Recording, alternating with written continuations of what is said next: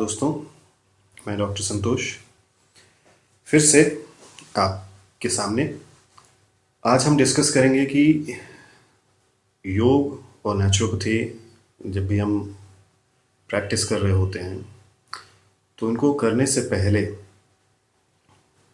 हमें क्या प्रिकॉशंस लेना चाहिए, किन कंडीशंस में करना चाहिए, किन कंडीशंस में नहीं करना चाहिए।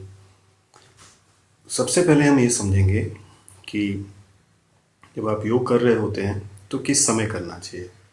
तो सबसे अच्छा समय सुबह का है, 3 से 6 के बीच का टाइम सबसे अच्छा है, या शाम के टाइम। ज़रूरी है कि आपका पेट बिल्कुल खाली हो और कुछ खा के योग की कोई भी साधना नहीं की जाती, चाहे वो आसन हो, चाहे प्राणायाम हो, चाहे ध्यान हो।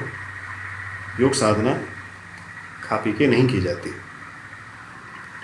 फिर सबसे ज़रूरी चीज़ है कि आपका मन बिल्कुल शांत होना चाहिए, तब आपको योग साधना करनी चाहिए, क्योंकि अगर आपका मन शांत नहीं होगा तो आप ध्यान नहीं कर पाएंगे, साधनाओं पे अपना ध्यान नहीं लगा पाएंगे।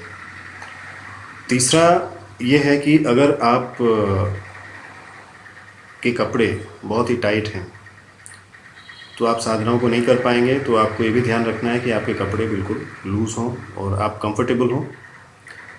फिर आपको ये समझना है कि जब भी आप साधना कर रहे हैं, योग साधना कर रहे हैं, तो वो जगह जहाँ पर आप कर रहे हैं वहाँ पर वेंटिलेशन कैसा है। तो वेंटिलेशन वहाँ बहुत ही अच्छा होना चाहिए, बिल्कुल हवा का आना जाना, फ्रेश एयर आराम से आ सके जा सके। वेंटिलेशन बहुत ज़रूरी है, साफ़ सुथरी जगह हो। और फिर सबसे इम्पॉर्टेंट है कि आप जिसे सीख रहे हैं उसको उसका प्रॉपर नॉलेज हो, जो भी वो सिखा रहा है आपको। क्योंकि योग एक ऐसी चीज़ है आजकल के ज़माने में कि हर कोई अपने आप को योगा एक्सपर्ट समझता है और सिखाता है, लेकिन उसके डूज़ एंड डोंट्स नहीं जानता। किन कंडीशंस में करना है, किन कंडीशंस में नहीं करना है, किन हेल्थ कंडीशंस में कौन से आसन करने हैं, कौन से नहीं करने हैं, आपको इनका नॉलेज होना बहुत ज़रूरी है। इसलिए आपको एक प्रॉपर गाइड चाहिए इन चीज़ों को करने के लिए। अब सबसे ज़रूरी चीज़ ये है कि जब भी आप इन प्रैक्टिसेस को करते हैं, सिमिलर यही आपका नेचुरोपैथी में भी है कि आपका पेट खाली होना चाहिए, आपका मन बहुत ही शांत होना चाहिए। जब भी आप ट्रीटमेंट ले रहे होते हैं या आसन कर रहे होते हैं या बंद मुद्राएं लगा रहे होते हैं, आपका मन सिर्फ उसी चीज़ में लगना चाहिए। मोबाइल ऑन करके आप कुछ कर रहे हैं, ट्रीटमेंट्स में मैंने अक्सर देखा है कि लोग अपना कोई पैक लगा है, कुछ हो रहा है तो अपना मोबाइल पे बिजी हो। आपका ध्यान आपके ट्रीटमेंट पे होना चाहिए, तब जाके उसका असर ज़्यादा आपको मिलता है। तो ये बहुत ज़रूरी है कि हम अपना पूरा कंसंट्रेशन अपने या तो प्रैक्टिस पे लगाएं या फिर उस पूरी एक्टिविटी पे लगाएं जो हो रहा होता है उस समय। दूसरा है कि जब भी आपको एक डिस्कम्फर्ट हुआ, मान लीजिए आपने कुछ प्रैक्टिस किया और आपको डिस्कम्फर्ट हुआ, तो इमीडिएटली आपको वो प्रैक्टिस वहीं का वहीं रोक देना चाहिए। क्योंकि अगर आप उसको बढ़ाएंगे, उसको करेंगे और ज़्यादा, तो हो सकता है कि उससे आपको तकलीफ़ ज़्यादा हो जाए। अब एक बेसिक डिफरेंस हमको समझना है कि लोगों को ये लगता है कि योग और एक्सरसाइज सेम है, आसन और कोई भी फॉर्म ऑफ एक्सरसाइज सेम नहीं है। योग के आसन को अगर एक एक्सरसाइज की तरह अगर आप मान लें, अगर आप मानते हैं अपने हेल्थ के लिए, तो भी कोई भी फॉर्म ऑफ एक्सरसाइज, मैंने पिछले 25-30 में तो मैं साल में तो मैंने नहीं देखा कि कोई भी फॉर्म ऑफ एक्सरसाइज इतना ज़्यादा इफ़ेक्टिव है जो आप पूरी लाइफ कर सकें। हर एक्सरसाइज फॉर्म का एक लिमिटेशन है। अगर आप ज़्यादा जॉगिंग करेंगे, घुटने अपने ख़राब होंगे, ज़्यादा कोई गेम खेलेंगे तो कुछ और प्रॉब्लम होगी। बट योग ही एक ऐसी साइंटिफिक चीज़ है जो आप पूरी लाइफ, मतलब इसका कोई मिनिमम एज नहीं है। हमने तो जब हम लोग स्टूडेंट्स थे तो हमने ऐसे भी वीडियोस देखे हैं जो न्यूबॉर्न बेबीज़ को कराया गया है, दूसरों ने कराया उनको, और अपर लिमिट तो बिल्कुल है नहीं, आप आखिरी सांस तक कर सकते हैं, बट बाकी और एक्सरसाइजेस का लिमिटेशन है। तो हमें ये समझना पड़ेगा कि आसनों का असर अलग होता है और एक्सरसाइजेस का असर अलग होता है।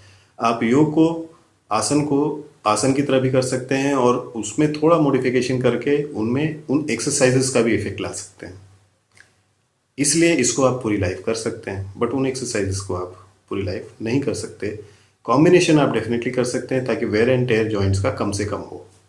तो आपको अब ये जानना जरूरी है कि जब कोई आसन आप कर रहे होते हैं तो आप उसको मेंटेन करते हैं, उसको रिपीट करते हैं। तो इन चीज़ों को करने से आपके अंदर की बॉडी की फ्लेक्सिबिलिटी बढ़ती है, सपलनेस बढ़ता है, एंड्योरेंस बढ़ता है आपका। आप उन चीज़ों को बहुत अच्छे से कर पाते हैं। स्ट्रेस जो टेंशन होता है उससे कोप अप करने की ताकत मिलती है आपको। डीप इंटरनल ऑर्गन्स को ब्लड सप्लाई बढ़ती है। आपका heart rate, blood pressure, pulse, respiratory rate में चेंज ना के बराबर होता है। थोड़ा बहुत ज़रूर होता है, बट इतना नहीं होता कि वो बिल्कुल एक्सरसाइज हो जाए। लेकिन उल्टा अगर आप देखें, कोई अगर आप विगरस एक्सरसाइज करते हैं तो वहाँ वेर एंड टेयर का चांस ज़्यादा रहता है। फिर आप ये भी देखेंगे कि आपका बीपी भी बढ़ता है, उसमें पल्स भी बढ़ता है, रेस्पिरेटरी रेट सब कुछ बढ़ता है, आप थक भी जाते हैं। बट योग में वैसा नहीं होता। योग में रिपीटेशन है, स्लो स्टडी, इसीलिए लॉन्ग रन में आप इसको कर सकते हैं।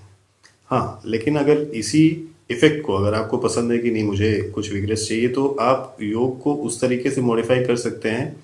कुछ प्रैक्टिसेस आप विग्रेस कीजिए, बट उसको ख़त्म कीजिए सिंपल प्रैक्टिसेस के साथ।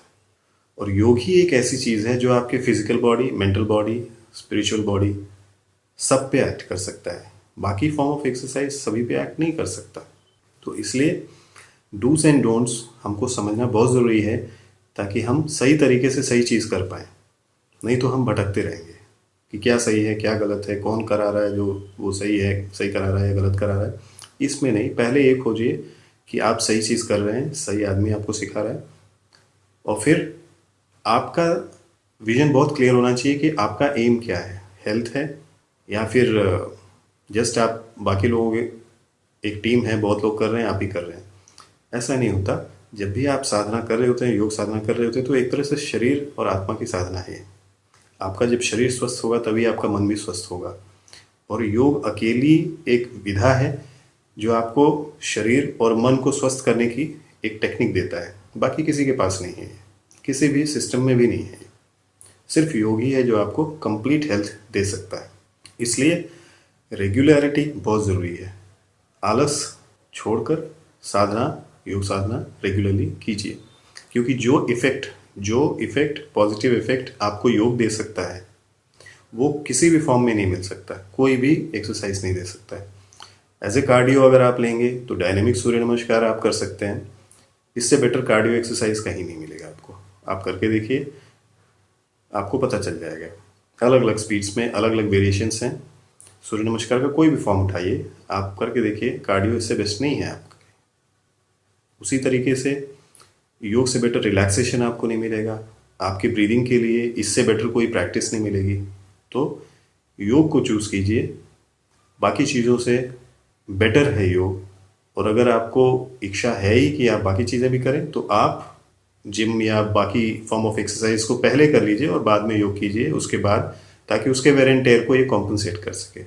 तो इस तरीके से हम ये समझ सकते हैं कि योग करने से आपको कितना ज़्यादा फ़ायदा हो सकता है। बहुत ज़्यादा फ़ायदा हो सकता है। मुझे लगता है कि एक dos and don'ts, regulations, rules and regulations एक ब्रीफ मैंने आपको बता दिया। अगर आपको ये वीडियो अच्छा लगा हो तो इसको लाइक कीजिएगा, सब्सक्राइब भी कीजिएगा और इसको शेयर कीजिए ताकि ज़्यादा से ज़्यादा लोग इसको समझ सकें, सीख सकें क्या है ये चीज़। क्योंकि इतना डिटेल में इतना बहुत कम लोग ही बताते हैं, जिसका मेडिकल बैकग्राउंड हो, स्पिरिचुअल बैकग्राउंड हो, जो खुद इस चीज़ में 25-30 साल से प्रैक्टिस में हो। तो मुझे लगता है कि आप आने वाले समय में एक बहुत बड़ा कंट्रीब्यूशन दे सकते हैं लोगों में हेल्थ को अवेयर करके। नमस्ते।